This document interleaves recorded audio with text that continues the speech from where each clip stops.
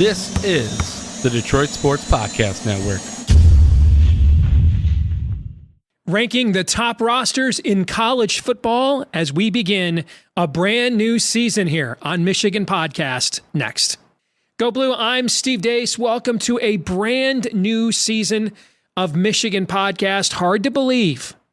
This is season number 7. That's right. We started this in the summer of 2017, just kind of on a whim. No idea that this thing would pick up any kind of audience at all. And yet here we are. And people are actually watching this, and we're as shocked and surprised by that development as anybody else would be. Nevertheless, here we are in season 7, and we're going to begin this season exactly where the very first episode of season 1, the pilot, began. For that very first episode, I unveiled something called my team total talent ratings, and that's exactly how we're going to premiere season 7 as well. I've been doing these every year ever since.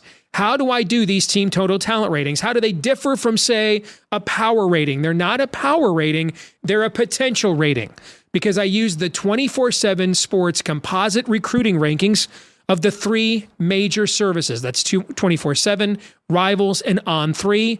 We give each player on the roster a point total based on the star they were assessed as a recruit. So 5 points for a 5-star, 4 points for a 4-star, etc. We only evaluate the last 4 recruiting classes. So for this year, that's 2020 through 2023. And we do that because fifth-year seniors at the Power 5 conference level just not as impactful or plentiful as they used to be. But if we have a fifth-year or COVID senior that figures prominently on the depth chart, they are all still accounted for. Now, these are constantly being updated all off-season to account for the latest roster news, transfer portal news, etc. These are updated as of 8 a.m. Eastern Time on May 30th. Now, to account for teams that are considered, quote-unquote, developmental programs, thus they don't recruit a lot of 4- and 5-star prospects, as their players overachieve their incoming star rating, they are given additional points. Players now who underachieve their star rating are not lowered points, though, because the point of this exercise is to measure potential, and there can be mitigating circumstances beyond an overrated evaluation that has held a player back, like injuries, grades, other circumstances. So we don't downgrade a kid that has yet to live up to the hype, but we do overgrade or upgrade, I should say, kids who do better than what their hype was coming out of high school. And that accounts for the developmental teams as well to get a fair shake in our metric. One more time, because usually people get confused by this every year. This is not meant to be a power rating. It is meant to be a potential rating. If you want some great power ratings, look at what guys like Bill Connolly at SB Plus, now ESPN Plus, what they do with their power ratings. I use those as well. But what I wanted to find out are who are teams that could be outliers? Who are teams whose rosters are in a cycle up or cycle down mode, so they could either be a surprise or they could be a disappointment because of the current state of the overall depth in their rosters. And so that's what this is meant to do. This is meant to measure what they could be, not necessarily what we project and what they actually are. So with that in mind, let's give you the national top 25 of rosters. Number 1 is Alabama. Every year I have done this. Alabama or Georgia has been number 1 all 7 years. This year it is Alabama, who has added several high-profile players via the transfer portal here in the last couple of months.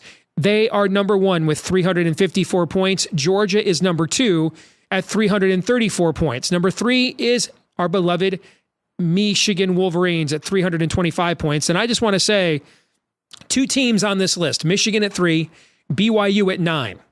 And this is the first time BYU has appeared on this list because they were not a Power 5 team before. I've only done the Power 5 in Notre Dame with this exercise. And now that teams like BYU are in the Big 12, they're included. It's pretty obvious Michigan and BYU have some NIL component that essentially allows them to just completely, reject scholarship limits. That they have quality players as walk-ons that are getting taken care of for their education via NIL. And you just see that in the amount of points that they have racked up and in the size of their rosters. Number 4 is Texas, just behind Michigan at 324 points. Texas has been in the top 5 4 of the 7 years that we have done this. Oregon is number 5 at 315. Oklahoma next at 312. LSU next at 305. Then Ohio State at 302. BYU at 301. In other words, Oregon, Oklahoma, LSU, Ohio State, and BYU from a depth standpoint all have pretty much the same roster. Now, Ohio State's top line guys, I saw a projection this spring. They had 9 guys projected to be in the top 100 of next year's NFL draft. So that, again, it's not a power rating. If it was a power rating, Ohio State wouldn't be 7. At the lowest, they'd be as 5, maybe 4, maybe even 3 in some power ratings. All right, they wouldn't be in a class with teams like BYU and Ole Miss. But this is a depth rating, and Ohio State has taken some hits to the depth. Number 10 is Ole Miss, tied with Penn State. That's the highest rating Ole Miss has ever had since we started doing this. Number 12 is Notre Dame, and I bunched them in with the ACC because they play almost half of their schedule against the ACC every year. Leading the second half of the top 25, Kentucky with its highest rating in the 7 years that we've been doing this, up to number 13. Same for Kansas State. I think a lot of people think they lost a ton off of last year's surprise Big 12 champs. They didn't. Now, they lost a ton of production with Deuce Vaughn, but they're bringing back a lot, including the entire offensive line. Texas A&M was top 5 in this metric a year ago, then went out and disappointed. They've lost quite a bit in the transfer portal, but is still bringing in a top 15 roster for this year. Florida is there at 16, but again, if you were power rating them, they'd be much lower.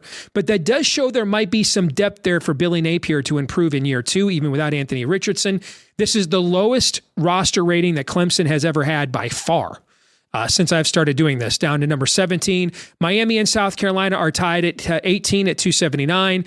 USC is next at 277. It's going to take another class or two for them to really get up there because they've been trying to rebuild on the fly via the transfer portal and have been a little light with high school kids, but they'll eventually get to being in the top 10 every year under Lincoln Riley. There's Iowa making a big jump after last year at number 21. Followed by Texas Tech at 272. The Red Raiders bringing back a ton of COVID seniors. They may be this year's TCU. Keep an eye on them. Tennessee at 23 with 271 points. Baylor at 270. Maryland and Wisconsin at 268.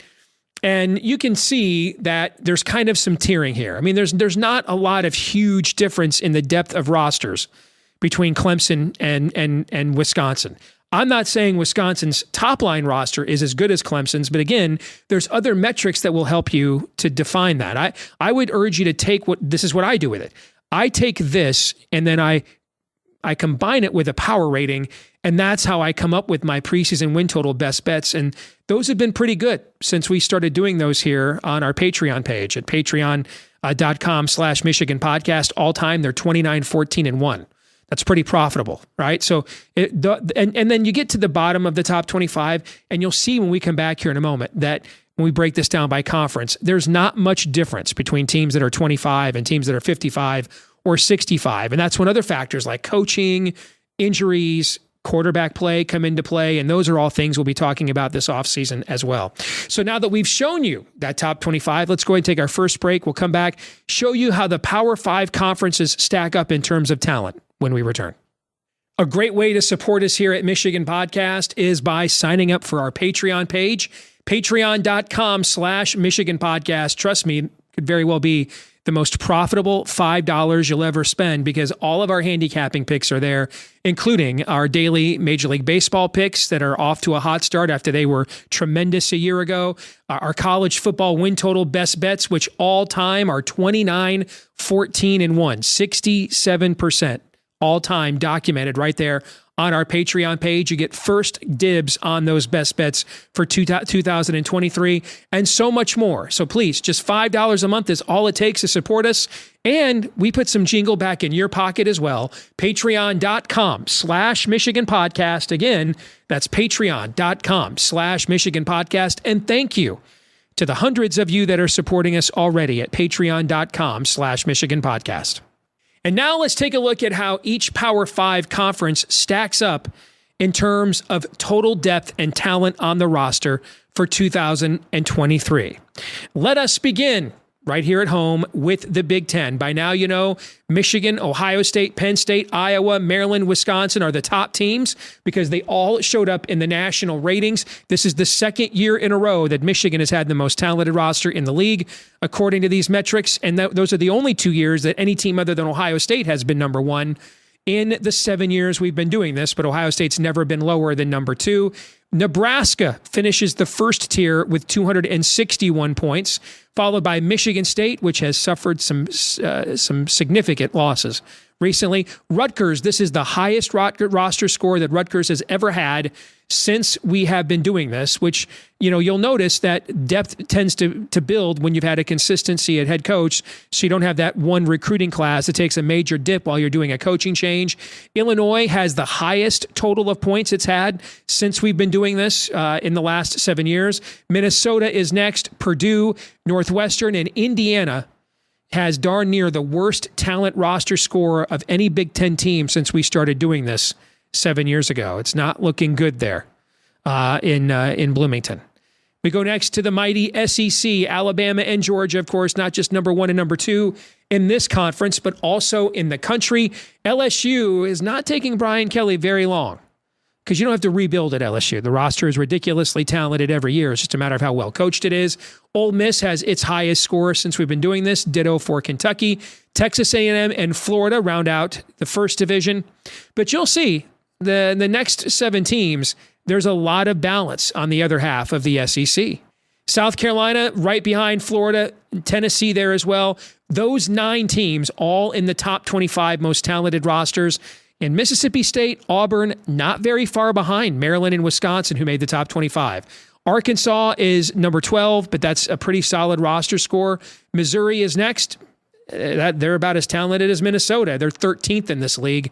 Vanderbilt at 14th as well. That's the highest point total they've had in several years, but it would still be worst in the SEC because both of how the recruiting rankings tend to favor SEC teams and because of how well they tend to recruit, shall we say, procure, compared to everybody else. Everybody's talking about this being a banner year in the Pac-12. It is in terms of quarterbacks, but in terms of rosters, Oregon is in another class. USC is next. Arizona has the highest rating and point total since we started doing this 7 years ago, as they have slowly, people forget, they nearly made a bowl game last year. They were 1 game away. Washington State, Washington, Cal, Stanford. Obviously, I'd rather have Washington's roster than Cal's or Stanford's, but again, we're measuring depth here. Utah is next, followed by UCLA, which has lost a lot, despite a win total of 8.5. Oregon State, which won 10 games last year and is bringing a ton back, still has some work to do when it comes to depth. Colorado's been nuts. I mean, when we did these right after signing day, Colorado was sitting with a top 25 roster. Since then, guys, they've had over 50 players leave the program or come in. And that's why they're down at the bottom of their talent ratings right now. Arizona State, Kenny Dillingham, the new coach there for Herm Edwards, he takes over with what we think right now is the least talented roster in the Pac-12.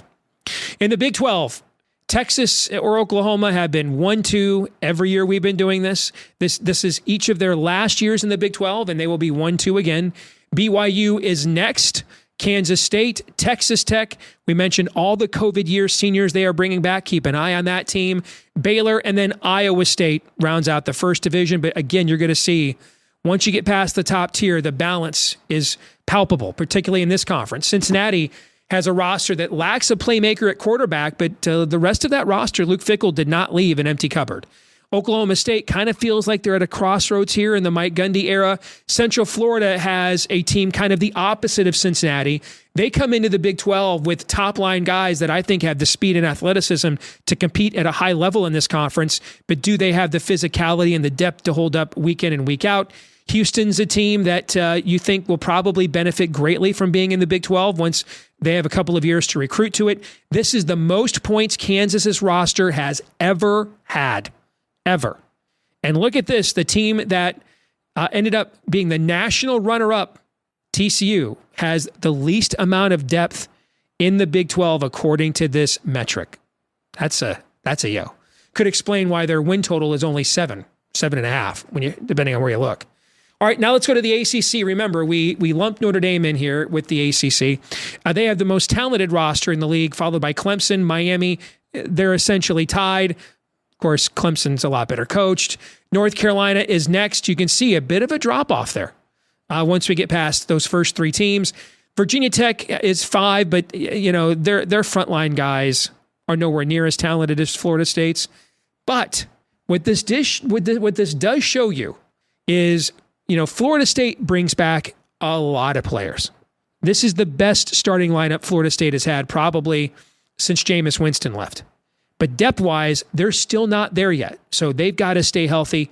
Pittsburgh hanging around there in the first division as well. Virginia, Louisville taking over there is Jeff Brom. Of course, we know him well here in Big Ten country. And if you look at Louisville's schedule, they could have a nice first-year jump like Jeff had his first year at Purdue.